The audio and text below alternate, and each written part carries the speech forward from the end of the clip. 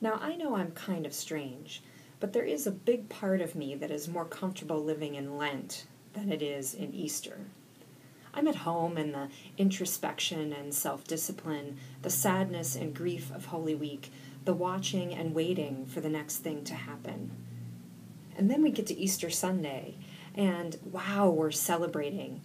I certainly love the relief and joy that Easter brings after the long, dark, windy road of Lent.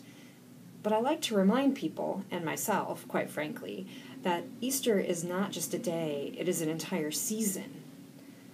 Celebrating Jesus coming back from the dead is one thing. Living into a new reality, a surreal new reality in which the dead walk around alive and well, is quite another.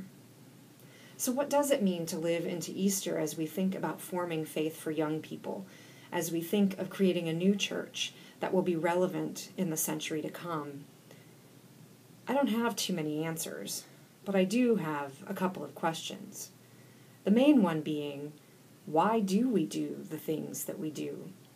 Why do we do this thing called church? Why do we care if young people have faith? There are many answers to these questions, but for me, the first thing that comes to mind are school shootings.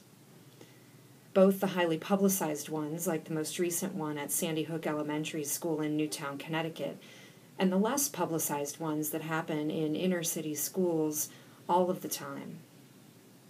That seems like a weird reason to want to do this thing called church and faith, but I believe strongly that faith not only sustains us as we deal with these unspeakable losses and violence, our faith shows us that death, in this case violent death, does not have the last word.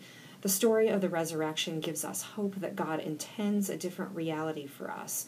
God calls us to work toward a just world in which none of us, especially children, have to fear for their lives when they go to school. I think that's a great reason for faith and for faithful communities. What young person doesn't need hope in the face of fear? What young person doesn't need a way to make meaning from loss?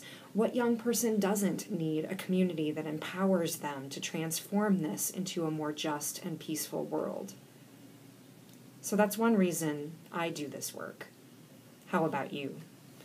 Share your answers here or on Facebook or on our blog. Thank you.